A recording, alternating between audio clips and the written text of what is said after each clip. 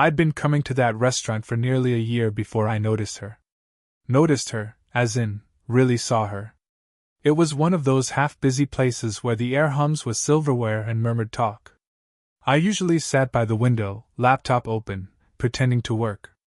Mostly, I just liked the sound of people having plans. She came in one Thursday afternoon. Mid-40s, maybe? Neat hair, long coat, no hurry in her step. The kind of calm that makes other people lower their voices. She glanced around like she was looking for someone, and then she sat, 2 tables across from me. The waiter greeted her like he knew her. "The usual?" he asked. She smiled, small, polite. "Yes, please. And maybe, tea today." Tea. Not coffee. I don't know why that stuck. I kept half an eye on her while pretending to scroll through emails.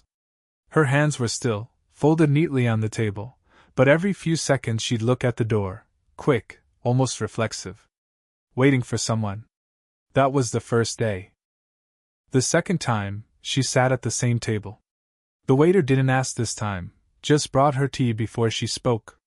I don't think she saw me then. But I noticed how she stirred the tea even after the sugar had dissolved. Just kept the spoon moving like she needed the motion more than the sweetness. By the 3rd week, I started timing my visits to hers. Not consciously at first, just habit. I'd tell myself I liked their soup or the quiet. But I knew her schedule. Thursdays, always alone. One day, I ordered the same tea. She glanced up when the waiter placed it on my table. "Not many people your age drink that," she said, her tone almost amused. I shrugged. "Guess I'm old-fashioned." Her lips curved barely. "Or just paying attention." We both laughed, quietly, like it wasn't supposed to happen. The kind of laugh that ends too soon because it means more than it should. After that, we nodded hello when we saw each other. Some weeks, she'd ask if the Wi-Fi was working. Once, she remembered my order before I spoke. She never wore a ring. I noticed that too, though I told myself I shouldn't. There was something steady about her, not sad, exactly, but careful. Like someone who'd spent a long time learning how not to expect too much. That day, the day she froze, I almost didn't come. My shift had run late, and I thought I'd just grab a sandwich somewhere else. But habit is a quiet force. When I walked in, she was already there. Different table this time, near the back, against the mirror. She was facing the door, hands around a teacup, waiting. Then I saw him, mid-50s, confident smile, wedding band shining as he leaned into the woman sitting across from him. Not her. I watched her expression change. Not dramatic, just a pause, like her breath forgot what to do next. The teacup trembled once before she steadied it. She didn't cry. Didn't leave. She just watched him. And for the first time, I realized I wasn't the only one who'd been watching someone from a distance. My phone buzzed. A text. From her. I didn't reply to her text right away. Just looked up, trying to see if she'd actually seen me. She had. Our eyes met in the mirror's reflection, her face steady now, almost composed. Then she looked away, slipped her phone into her bag, and left her tea untouched. That night I couldn't sleep. The image kept looping, the way her fingers trembled, how quickly she hid it. I wanted to pretend I didn't care. But that lie didn't last long. The next Thursday, she wasn't there. Nor the one after. It felt stupid, how restless I got. I'd opened the restaurant door, half expecting her, half hoping she'd forgotten the text altogether. She hadn't. 3 weeks later, she walked in. No makeup, hair loosely tied, eyes tired but softer somehow. When she saw me, she hesitated near the door. Then she crossed over. "Mind if I sit?" she asked. I pushed my laptop aside. "Please." She ordered tea. We sat through the first few minutes in the kind of silence that's louder than noise. Finally, she said, "That day, the man I was looking at, he's my husband. Or was, I guess. Separation papers are still on the table." Her voice didn't crack. But her hands, one thumb kept circling her ring finger, bare but remembered. I'm sorry, I said. It sounded small, almost childish. She smiled faintly. Don't be. It's strange, isn't it? You build a life with someone, and one day you're strangers who still know how each other takes their tea. I didn't know what to say, so I didn't. I just watched her stir the cup, even though she hadn't added sugar. You always do that, I said quietly. Do what? Keep stirring even when it's already sweet. Her eyes lifted, searching mine. Maybe I don't know when to stop. Something passed between us then, not flirtation, not even comfort. Just understanding. Two people who'd been standing on the outside of something for too long. We talked a little after that. She told me she used to paint. That she'd stopped years ago, said she. Lost the point of color. I told her I used to write songs. She said I still looked like someone who could. When we got up to leave, it was raining. Light, hesitant rain, the kind that smells like memory. I offered her my umbrella. She laughed softly. You'll get wet. It's okay, I said. I live close. She hesitated, then took it, fingers brushing mine for a second too long. Not enough to mean something, but enough that I'll remember how warm her hand was through the cool air. I watched her cross the street, her coat swinging slightly, umbrella tilted too far to one side. I don't know why that moment stayed with me. Maybe because it felt like someone finally saw me. It had been 2 months since that rain. Since the umbrella. Since her hand brushed mine like it meant nothing. We'd fallen into a quiet rhythm. Same restaurant, same table, different reason to stay longer each time. Sometimes she brought her sketchbook. Sometimes I pretended to read. Neither of us really did. I started noticing how she paused before saying my name, like she was testing whether she should. Elias, she'd say slowly, soft around the vowels. You think too much. Comes with being 24. I'd answer. She'd smile. Try 46. It wasn't flirting, not exactly. More like two people circling the idea of being known, afraid to step too close. But lately, something had changed.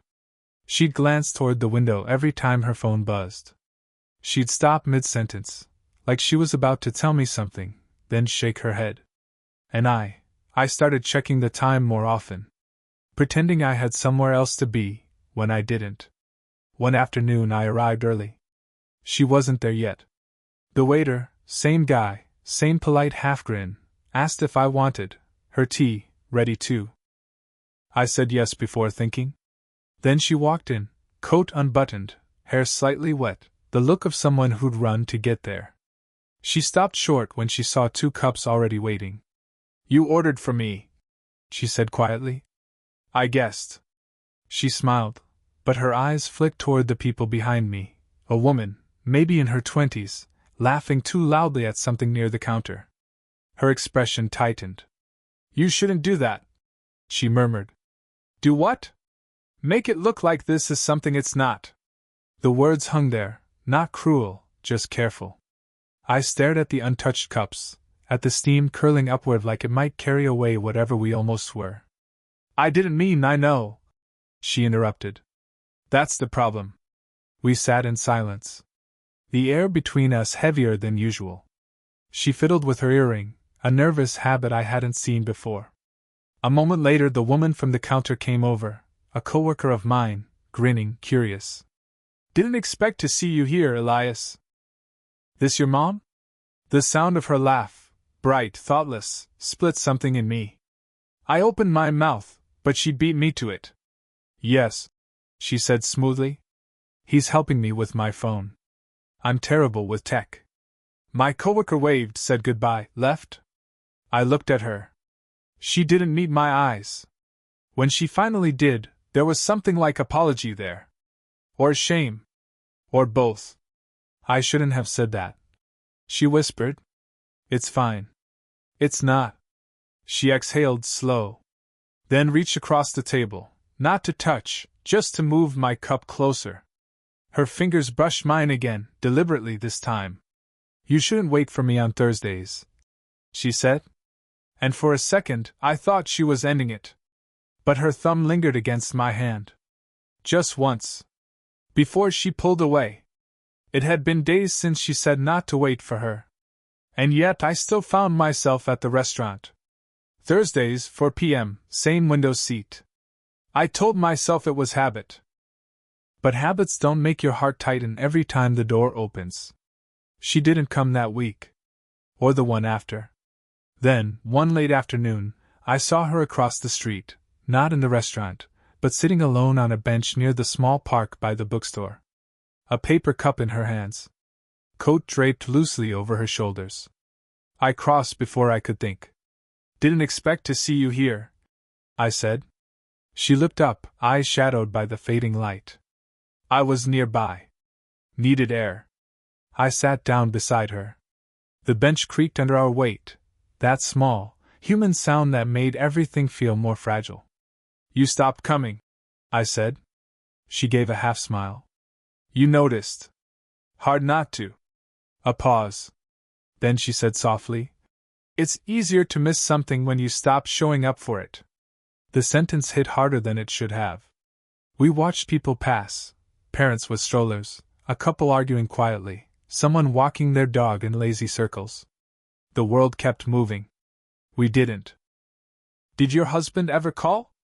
I asked before I could stop myself. Her hands tightened around the cup. He sent a text. Said he was sorry. For what, I don't know. Maybe for being seen. I looked at her, at the faint lines around her mouth, the tired grace in her posture. You deserve better. She exhaled, long, slow. Maybe I did. But I stayed too long pretending I didn't need it.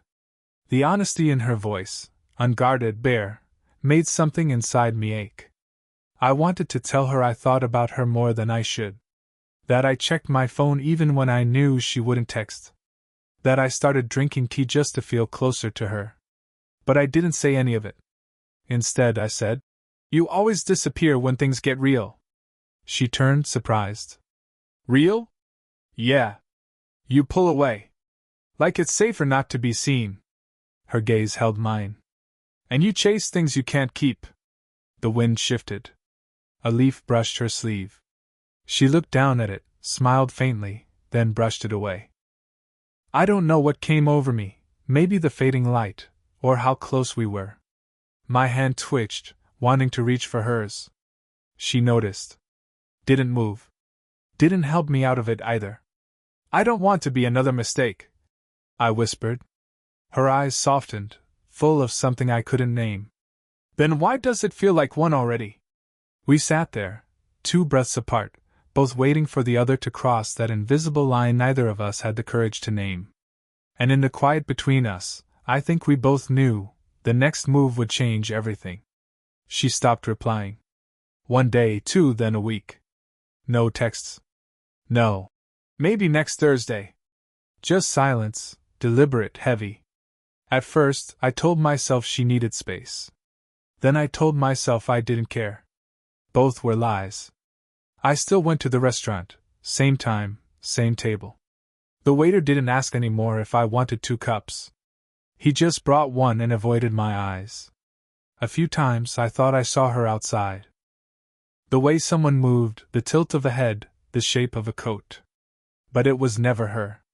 Always someone else with the same quiet grace, the same way of almost belonging to the world. Then one morning, I got a text from an unknown number. You left your umbrella at my place. No greeting, no name. Just that. It took me a few seconds to remember, the umbrella. The rain. The warmth of her fingers brushing mine. I typed. Where should I pick it up? Then deleted it. Typed again. Still Thursdays? Deleted that too. I didn't send anything. That evening, I walked past her apartment building. I knew where she lived, she'd once pointed it out, offhandedly, on a walk home. That one with the geraniums in the window. The window was dark. No flowers anymore. A car pulled up just as I turned to leave. She got out, coat draped over her arm, phone pressed to her ear. There was a small boy walking beside her, maybe 8, 9 years old. He was holding her hand. I froze. Not because I didn't expect it, but because she'd never mentioned him. Not once. She saw me. The smallest flicker in her eyes, recognition, hesitation, something almost like regret. She said something into the phone, then ended the call. "This is Liam," she said, voice calm but careful. "My son." I nodded, managing a smile. "Hey, Liam." He waved shyly, already bored, tugging at her sleeve. She brushed a hand through his hair, the same gentleness I'd only seen in fragments before. She looked back at me, her eyes quieter now. "I didn't know how to tell you," she said. "You didn't have to," I replied. "I did," she said. "But not like this." The boy tugged her toward the building. She followed, half-turned, as if she wanted to say more but didn't trust the words to come out right. At the door, she paused. "You should stop waiting," she said. "For me, I mean." I nodded again. Didn't trust my voice. When she disappeared inside, the street felt suddenly too wide, too empty. I stood there for a long time, watching the lights turn on in other people's windows. Tiny squares of life that kept going without asking anyone's permission. I didn't feel heartbroken. I felt paused. Like life forgot to finish the sentence. I didn't see her for 3 weeks. The restaurant felt wrong without her, too bright, too loud. I'd sit in my usual spot, pretending to read, pretending not to look at the door. The tea went cold faster now. Then, one evening, I walked in and she was there. Same table. Same tea. Different silence. She smiled when she saw me, or tried to. "You still come here?" she asked. "Habit," I said. She nodded. "I guess we both have those." There was something off. The stillness between her words wasn't comfortable anymore. It was held together by effort. She looked thinner. Tired. Like she was trying to hold herself steady for someone else's sake. I wanted to ask if she was okay. I didn't. Instead, I said, "You cut your hair." She brushed a hand through it, distracted. It was time. Her phone buzzed. A name flashed, Ethan. She turned it face down before I could read more. I felt the small sting of curiosity, then guilt for feeling it. "Friend?" I asked. She looked at me for a long second before saying, "My ex-husband. He's trying again." I stared at the tea between us. The steam rose, then faded into nothing. "Oh," I said. "That's all?" she asked, half smiling, half testing. "What do you want me to say?" "I don't know." She laughed, a tired, quiet sound. "Maybe nothing. Maybe that's the point." We sat there, 2 people pretending to drink tea while both cups cooled untouched. After a while, she said, "I didn't tell you everything before." Her voice had changed, smaller somehow. "I have a daughter. She's 17. She doesn't know about the separation. I thought I could wait until it all made sense, but it never does." I didn't say anything. I just looked at her, at the way she twisted the napkin in her lap until it tore. "I didn't want you to think I was hiding things," she continued. "But you were," I said softly. She met my eyes then, and for the first time since I'd met her, she looked unsure. "You make me feel young. And that scares me." The honesty in her voice hit like a pulse. I wanted to reach across the table. To tell her I didn't care about the rules, or the years, or the people who wouldn't understand. But she looked away before I could move. "I should go," she said, standing too quickly. "My daughter's waiting." I nodded, pretending it didn't matter. She left her umbrella on the chair. The same one I'd given her months ago. For a long moment I stared at it. Reaching for it felt too final, like admitting something I wasn't ready to. So I left it there. Walked out without looking back. I didn't feel heartbroken. I felt paused. Like life forgot to finish the sentence. It was raining again. The kind of soft, steady rain that sounds like breathing, constant, gentle, unending. I hadn't seen her in over a month. I'd stopped going to the restaurant, stopped checking my phone. But that night, walking home from work, I passed by her street without meaning to. The habit was still there, quiet as muscle memory. Her window light was on. I told myself to keep walking. But then the door opened. She stepped out onto the small porch, umbrella in one hand, coat half buttoned. She saw me right away, like she'd been expecting someone but wasn't sure who. "Elias," she said. Not surprised. Just tired. "Hey," I said. "You left something." She frowned slightly. "What?" I held up the umbrella, the same one I'd left at the restaurant weeks ago. She blinked, then let out a small, breathy laugh. "You kept it. I wasn't sure if you wanted it back." The rain thickened. She gestured toward the entryway. "You shouldn't stand out there. Come in for a minute." Her apartment smelled faintly of paint and tea. Canvases leaned against the wall, half finished. A mug sat on the counter, still warm. "I started painting again," she said, noticing my eyes on the brushes. "It feels strange. Like remembering a language I used to speak." I nodded. "That's good." She leaned against the counter, arms folded. "You stopped coming. You told me to." "I didn't mean it like that." Silence filled the room. Rain against the windows, kettle clicking off by itself. "I didn't know about your daughter," I said quietly. "I know. I wish you told me. I was trying to protect something," she said. "I just don't know what anymore." I took a small step closer. "You don't have to protect me." She looked up at me then, not guarded, not polite. Just open. And it was strange, how that felt more dangerous than anything she could have confessed. "I keep thinking," she said, voice low. "If I were younger, if you were older, maybe this would make sense." "It already does," I said. Her breath caught, not dramatically, just a small pause, like she was weighing every word she might never say again. "I can't ask you to wait," she whispered. "I'm not waiting," I said. "I'm just here." She looked down, then stepped closer, enough that I could feel the warmth of her, the faint scent of rain on her coat. Her fingers brushed the back of my hand, barely a touch. "Elias," she said softly. "Yeah? Thank you. For seeing me when I wasn't sure I still existed." Her thumb lingered, 1 second, 2, before she pulled away. I smiled, small and real. "Okay." She smiled back, tired, grateful, maybe a little sad. And that was it. No kiss. No promise. Just two people in a quiet kitchen, both a little braver than before. Time moved differently after that night. Not in a dramatic, sweeping way. Just in quiet increments. Thursdays came, went, sometimes forgotten, sometimes anticipated. She started painting again, her studio smelling faintly of oil and varnish. I came over sometimes, usually early, before the world woke up. The rain still tapped against the windows when it came, soft as a reminder. We never rushed. The bench in the park became ours again.